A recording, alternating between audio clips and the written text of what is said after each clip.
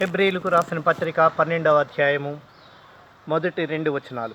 ఇంత గొప్ప సాక్షి సమూహము మేఘము వలె మనలను ఆవరించి ఉన్నందున మనము కూడా ప్రతి భారమును సులువుగా చిక్కులుబెట్టు పాపమును విడిచిపెట్టి విశ్వాసమునకు కర్తయు దానిని కొనసాగించువాడునైన యేసు వైపు చూచుచు. పరిశుద్ధ గ్రంథములో ప్రభువును చూడాలంటే హృదయ శుద్ధి అవసరమని మత్తయి సువార్త మనకు గోచరిస్తూ ఉంది. సులువుగా చిక్కులుబెట్టు పాపములు బైబిల్ పండితులు పరిశీలించి అసెండింగ్ ఆర్డర్లో పేర్కొనలేదు, కానీ అక్కడక్కడ ఉన్నటువంటి 7 పాపములు తీసి క్రోడీకరించి ఎన్నో రచనలు కూడా చేశారు. ప్రభునందు ప్రియమైన వారులారా, సులువుగా చిక్కులుబెట్టు పాపములు విడిచిపెట్టమని హెబ్రీయులకు రాసిన పత్రిక గ్రంథకర్త ప్రబోధిస్తూ ఉన్నాడు. ఏంటి ఆ సులువుగా చిక్కులు పెట్టే పాపములు? మనం చూస్తే 7గా ఉంటూ ఉన్నాయి ప్రియులారా. మొట్టమొదటిది గర్వము, కోపము, అసూయ, సోమరితనము, భోజన ప్రియత్వం, వ్యభిచారం. 7వది ధనాపేక్ష. ఈరోజు మొట్టమొదటిది గర్వాన్ని గురించి మనం ధ్యానిస్తాం. ఈ గర్వం అనేది సంఘాల్లో కానీ, రాజకీయంలో చూసినప్పటికీ, సామాజిక రంగంలో కానీ, వైవాహిక వ్యవస్థలో కానీ ప్రధానమైనటువంటి సమస్యగా చోటు చేసుకొని గర్వానికి సోదరుడు ఈగోయిజం.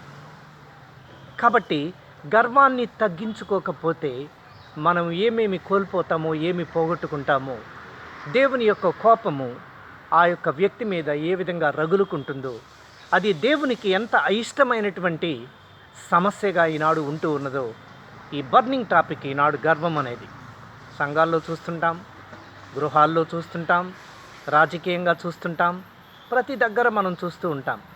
ప్రభునందు ప్రియమైన వారులారా, సమూయేలు మొదటి గ్రంథము 2వ అధ్యాయము 3వ వచనం చూస్తే, గర్వపు మాటలు నీ నోట రానియకుడి. ఎంత చక్కగా మాట్లాడుతున్నాడో చూడండి. సామెతలు 16వ అధ్యాయము 18వ వచనం చూస్తాం. నాశనమునకు ముందు గర్వము నడుచును.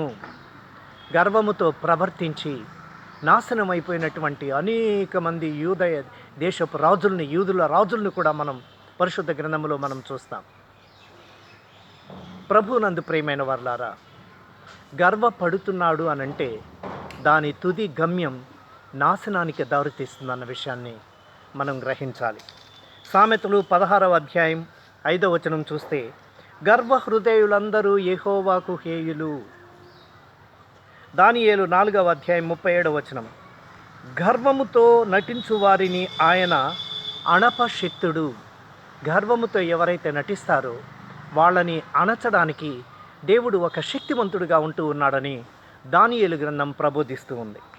ఇర్మియా గ్రంథం 13వ అధ్యాయం 17వ వచనం మనం చూస్తే, మీ గర్వమును బట్టి నేను చాటున ఏడ్చుదును. ఎవరి గర్వాన్ని బట్టి దేవుడు ఏడ్చాడో మనం మెసేజ్లో విందాం.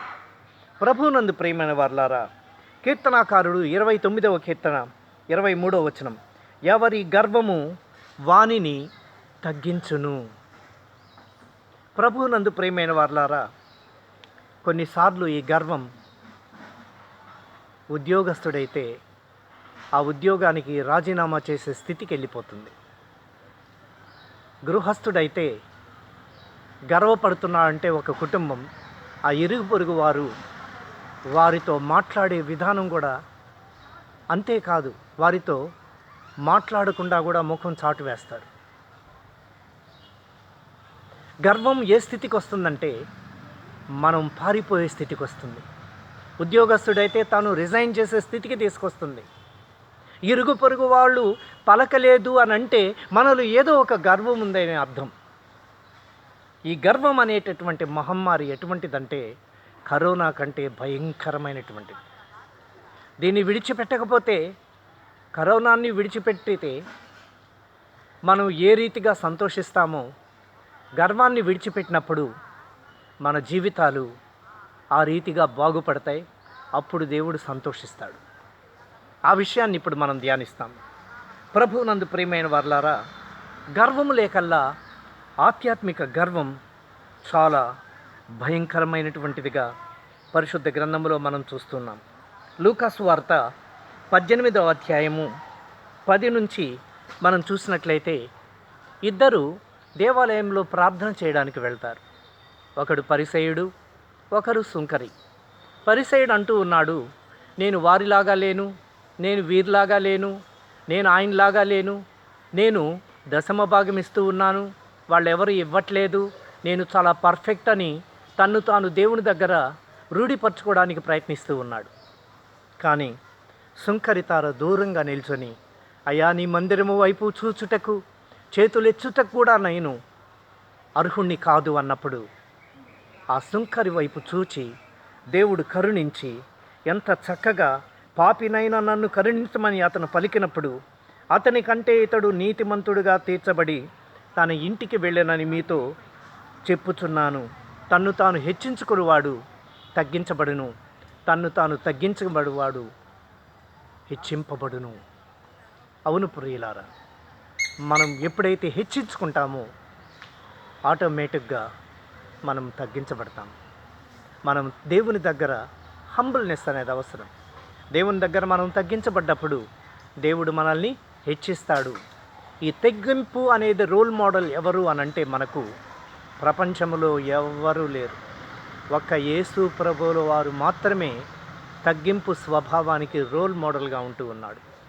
సిలువ వేయబడినంతగా తన్ను తాను బహుగా తగ్గించుకొని, ఆయన ఎంతగా తగ్గించుకున్నాడంటే సిలువ వేయబడినంతగా తగ్గించుకున్నాడు. ప్రభునందు ప్రియమైన వారలారా, యాకోబు పత్రిక 4వ అధ్యాయంలో ఒక చక్కని మాట వ్రాయబడి ఉన్నది. ఏంటో మనం చూసినప్పుడు అక్కడ 4వ అధ్యాయము 9వ వచనం చూడండి. వ్యాకులపడుడి, దుఃఖపడుడి, ఏడువుడి, మీ నవ్వు దుఃఖమునకును మీ ఆనందము చింతకును మార్చుకొనుడి. ప్రభువు దృష్టికి మిమ్మును మీరు తగ్గించుకొనుడి, అప్పుడు ఆయన మిమ్మును హెచ్చించును. ఎంత చక్కగా మాట్లాడుతున్నాడు చూడండి. ప్రభు దృష్టికి మనల్ని మనం తగ్గించుకోవాలి. అలా తగ్గించుకొని సంఘములో మనగలిగినప్పుడు దేవుడు మన ప్రార్థన ఆలకిస్తాడు. దేవుడు మన వైపు చూచి మన అర్పణలు స్వీకరిస్తాడు. మన అర్పణలు గర్వపూరితంగా ఉండకూడదు. మనమిచ్చే కానుకలు గర్వహృదయముతో అర్పించకూడదు. బహుగా తగ్గించబడాలి. దేవుని దగ్గర చాలా మనం తగ్గించబడ్డప్పుడు దేవుడు మనల్ని ఎంత పై స్థాయికి తీసుకొస్తాడో ప్రభువునందు ప్రియమైన వారలారా మనం చూస్తాం. చూడండి, దేవుని చేత సృష్టించబడి దేవుని చేత నిర్మించబడినటువంటి దేవదూతలు హృదయమందు గర్వించి దేవుని మీదై తిరుగుబాటు చేసినట్టుగా యెషయా గ్రంథము 14వ అధ్యాయము 12వ వచనంలో మనం చూస్తాం. తేజో నక్షత్రమా, వేకువ చుక్క, నీ వెట్లు ఆకాశము నుండి పడితివి. జనములను పడగొట్టిన నీవు నేలమట్టు వరకు ఎట్లు నరకబడితివి. నేను ఆకాశమునకెక్కిపోయేదను, దేవుని నక్షత్రములకు పైగా నా సింహాసనము హెచ్చింతును. ఉత్తర దిక్కున నా సభాపర్వతం మీద కూర్చుందును, మేఘమండలం మీదకెక్కుదును, మహోన్నతునితో నన్ను సమానునిగా చేసుకొందును అని నీవు మనస్సులో అనుకుంటివి కదా. నీవు పాతాళమునకు, నరకములో ఒక మూలకు తోయబడినట్టుగా మనం చూస్తూ ఉన్నాం. ప్రభువునందు ప్రియమైన వారలారా, ఆ రీతిగా దేవుని దగ్గరే గర్వాన్ని ప్రదర్శించి ఆయన ద్వారా సృష్టించబడి ఈ ప్రపంచంలో వచ్చినటువంటి మనకు లభించినటువంటి అన్ని ఈవులు, అన్ని పదవులు దేవుని వల్ల మనం సమకూర్చుకున్నవే. మన ఆరోగ్యము కానీ, మన ఉద్యోగము కానీ, ఆస్తిపాస్తులు కానీ, ప్రమోషన్లు కానీ, మన యొక్క నియమ నిబంధనలు కానీ, మన యొక్క ఆధిక్యతలు కానీ, ఇవన్నీ కూడా దేవుని ద్వారా మనం సమకూర్చబడ్డాం. దేవుని దగ్గరే మనం గర్విస్తే మరి దేవుడు ఎంత మనల్ని గురించి అసహించుకుంటాడు, ఎంత బాధపడతాడో మనం చూస్తాం. ప్రభునందు ప్రియమైన వారలారా, యెషయా గ్రంథము 3వ అధ్యాయం 16వ వచనం చూస్తాం. సియోను కుమార్తెలు గర్విష్ఠురాండ్రై మెడ చాచి నడుచుచు, ఓరచూపులు చూచుచు, కులుకుతో నడుచుచు తమ కాళ్ళ గజ్జలను మ్రోగించుచున్నారు. కాబట్టి ప్రభువు సియోను కుమార్తెల నడినెత్తి బోడి చేయును. అవును ప్రభునందు ప్రియమైన వారలారా, మన అందాన్ని బట్టి గర్వించకూడదు. గృహాన్ని కట్టుకుంటే గర్వపడ్డం, ప్రమోషన్ వస్తే గర్వపడ్డం, ఉద్యోగం వస్తే గర్వపడ్డం, మెడిసిన్ సీట్ వస్తే గర్వపడ్డం. వెనక ఒక చర్చిలో ఒక పాస్టర్ గారు యవనస్తులు కూడిక జరపాలని అనుకున్నాడు. అక్కడున్నటువంటి యూత్నంతా పిలిచి బరువు బాధ్యతలు అప్పగించాడు. అమ్మా, రేపటి నుంచి మనకు స్పీకర్స్ వస్తున్నారు, మీరంతా క్లీనింగ్ ఎవరు చూసుకుంటారు, రిసెప్షన్ ఎవరు చూసుకుంటారు, చిమ్మడం ఎవరు చూసుకుంటారు అని అక్కడ వాళ్ళకందరికీ బరువు బాధ్యతలు అప్పగించారు. ఒక అమ్మాయికి స్వీపర్గా, అమ్మా నువ్వు చిమ్మడం అవన్నీ చూసుకుంటావు, చూసుకుంటాను సార్ అన్నది. ఇంకొక అమ్మాయి రిసెప్షన్ చూసుకుంటా అన్నది. ఈ స్వీపర్గా అప్పగించిన అమ్మాయి వాళ్ళ ఇంటికి వెళ్ళి తల్లిగారితో చెప్పి తగువుకి పాస్టర్ గారికి తీసుకొచ్చింది. మా అమ్మాయి ఎలా కనిపిస్తుందో పాస్టర్ గారని గొడవ పెట్టుకున్నప్పుడు ఒక అమ్మాయి వచ్చి, పాస్టర్ గారు ఎవరికీ చెప్పొద్దు, బ్లాంకెట్స్, బాత్రూములు, క్లీనింగు, అంట్లు దోమడము అన్నీ నేనే చేస్తాను అని ముందుకొచ్చింది. ఆ ముందుకొచ్చిన అమ్మాయి ఈరోజు తమిళనాడులో ఒక జిల్లాకి కలెక్టర్గా దేవుడు ఏర్పాటు చేశాడు.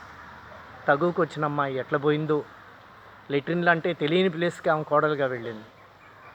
ప్రభునందు ప్రియమైన వారలారా, వ్యాకులపడుడి, దుఃఖపడుడి, ఏడువుడి, మీ నవ్వు దుఃఖమునకును మీ ఆనందము చింతకును మార్చుకొనుడి.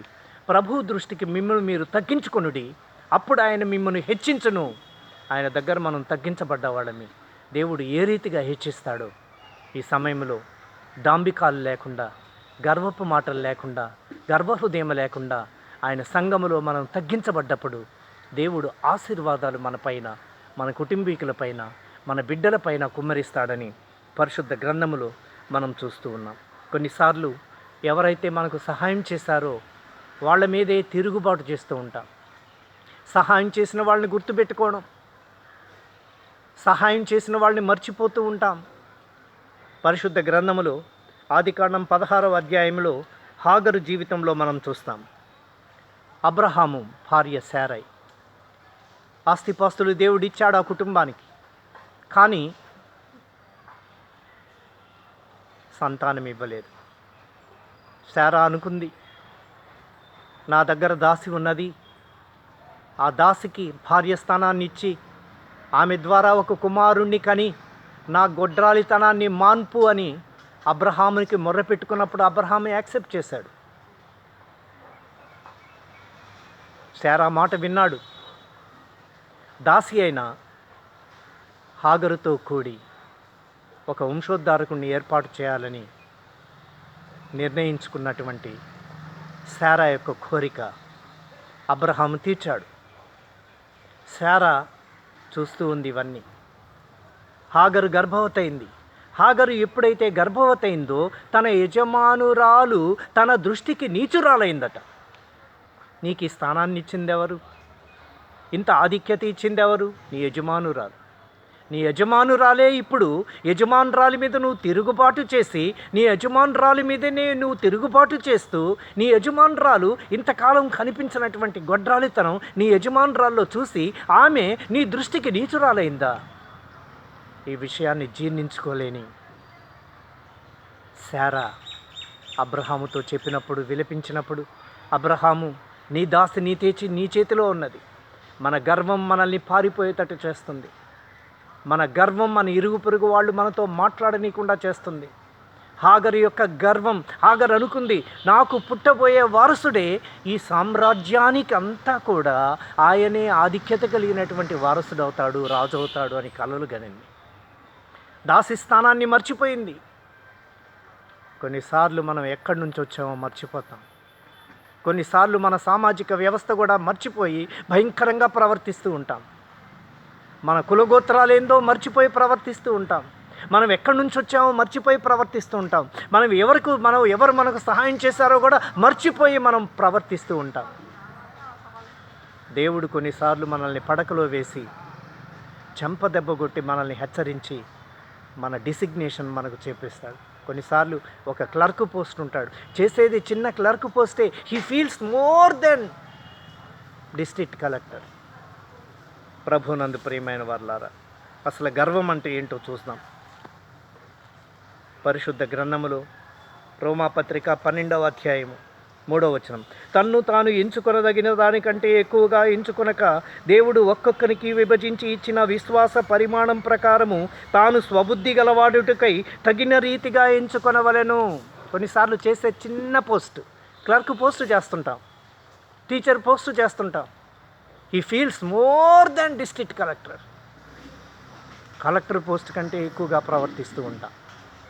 ఎంతలో ఉండాలో అంతలో అణిగిమణిగి దేవుని దగ్గర మనం ఉన్నప్పుడు దేవుడు మనకు ఏ రీతిగా సహాయం చేస్తాడో ఆ విషయాన్ని మనం మర్చిపోతూ ఉన్నాం.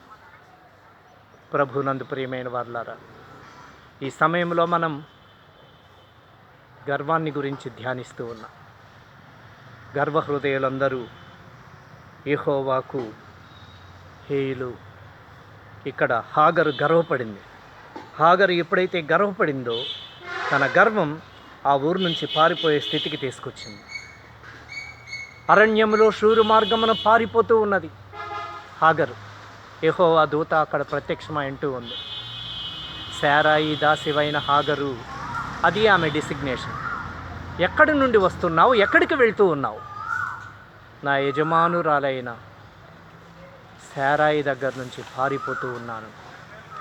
వెంటనే ఏముంటుందో చూడండి. యెహోవా దూత, నీ యజమానురాలు యొద్దకు తిరిగి వెళ్ళి ఆమె చేతి కింద అణిగియుండుము. సంఘములో అణకువ కావాలి, దేవుని దగ్గర అణకువ కావాలి. ఏదైనా నువ్వు గర్వపడితే ఆయన సిలువను బట్టే నువ్వు గర్వపడాలి, అతిశయపడాలి. అంతకు మించి ఈ లోకంలో గర్వపడడానికి మనకు ఏమీ లేదు ప్రియులారా.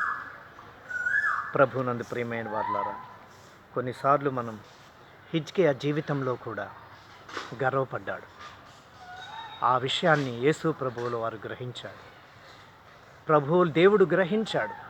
ఎలాగైనా సరే నా బిడ్డకి వాక్యాన్ని బోధించాలి అని అనుకున్నాడు, హెచ్చరించాలి అని అనుకున్నాడు. రాజులు 2వ గ్రంథంలో ఏమంటున్నాడో చూడండి. నీ ఇల్లు చక్కబెట్టుకో, నువ్వు నాశనం అవుతున్నావు, నీ ఇల్లు చక్కబెట్టుకో. 20వ అధ్యాయం రాజులు 2వ గ్రంథం. నేను ఇంకా ఏం చక్కబెట్టుకోవాలి? అసలు ఇల్లు అంటే ఏంటి? మనమే ఆయన ఇల్లు. తన ముఖాన్ని గోడ వైపు తిప్పుకొని సత్యవంతుడునై నిజాయితీతో నీ యందు నేను ఎలా నడుచుకుంటున్నో నీకు తెలుసు కదా ప్రభు అని తన క్వాలిఫికేషన్స్ అన్నీ చెప్పుకుంటూ ఉన్నాడు. కన్నీరు పెట్టాడు. ఆ కన్నీరు దేవుడు చూచాడు. బహుగా తగ్గించుకొని ఏడ్చాడు. 1 సంవత్సరం కాదు, 2 సంవత్సరాలు కాదు, 10 సంవత్సరాలు కాదు, 15 సంవత్సరాలు హిజ్కియా యొక్క ఆయుష్ పొడిగించినట్టుగా మనం చూస్తూ ఉన్నాం. హిజ్కియా దేవుని కార్యాలు చేశాడు. రాజైన వెంటనే మూసివేసిన యెహోవా తలుపుల్ని తెరిచి వాటిని బాగు చేశాడు. హిజ్కియా జీవితంలో 4 ఆశీర్వాదాలు వచ్చాయి. పంటలు సుభిక్షంగా పండాయి. ఆయన రాచరిక వ్యవస్థలో, ఆయన కాలములో, ఆయన రాజుగా ఉన్నప్పుడు శత్రువుల మీద విజయం సాధించాడు. ఎత్తైన ప్రదేశంలో ఆయన్ని పాతి పెట్టడం జరిగింది. ఆయన ఆయుష్ 15 సంవత్సరాలు పొడిగించాడు. ఇటువంటి హిజ్కియాలో గర్వం చోటు చేసుకున్నది. ఆ గర్వాన్ని దేవుడు సహించలేకపోయాడు. దినవృత్తాంతములు 32వ అధ్యాయం 25వ వచనం. అయితే హిజ్కియా మనసున గర్వించి తనకు చేయబడిన మేలుకు తగినట్లు ప్రవర్తింపనందున. మన ప్రవర్తన ఏ రీతిగా ఉండాలంటే, దేవుడు మనకు ఏ రీతిగా మేలు చేశాడో ఆ మేలుకు తగినట్లుగా మన ప్రవర్తన సంఘంలో ఉండాలి.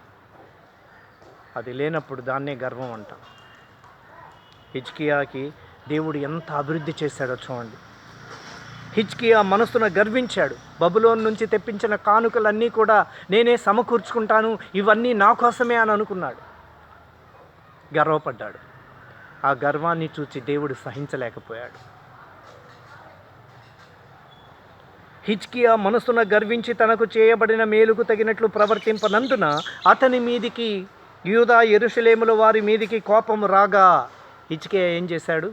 చిక్కులు పెట్టి పాపాన్ని విడిచిపెట్టాడు. హిజ్కియా హృదయ గర్వము విడిచి తానును యెరూషలేము కాపురస్తులను తాము తగ్గించుకొనిరి గనుక హిజ్కియా దినములలో యెహోవా కోపము జనుల మీదికి రాలేదు. ఎప్పుడైతే హిజ్కియా తన గర్వాన్ని విడిచిపెట్టాడో దేవుని యొక్క కోపము ఆయన సామ్రాజ్యం మీదకి రాలేదు. ప్రభునందు ప్రియమైన వార్లారా, దినవృత్తాంతములు 2వ గ్రంథము 33వ అధ్యాయము 12వ వచనం చూస్తాం. అతడు శ్రమలో ఉన్నప్పుడు తన దేవుడైన యెహోవాను బతిమాలుకొని తన పితరుల దేవుని సన్నిధిని తన్ను తాను బహుగా తగ్గించుకొని ఎప్పుడైతే బహుగా తగ్గించుకున్నాడో ఈ రాజు, ఆయన జీవితంలో దేవుడు కృప అనుగ్రహించినట్టుగా మనం చూస్తూ ఉన్నాం.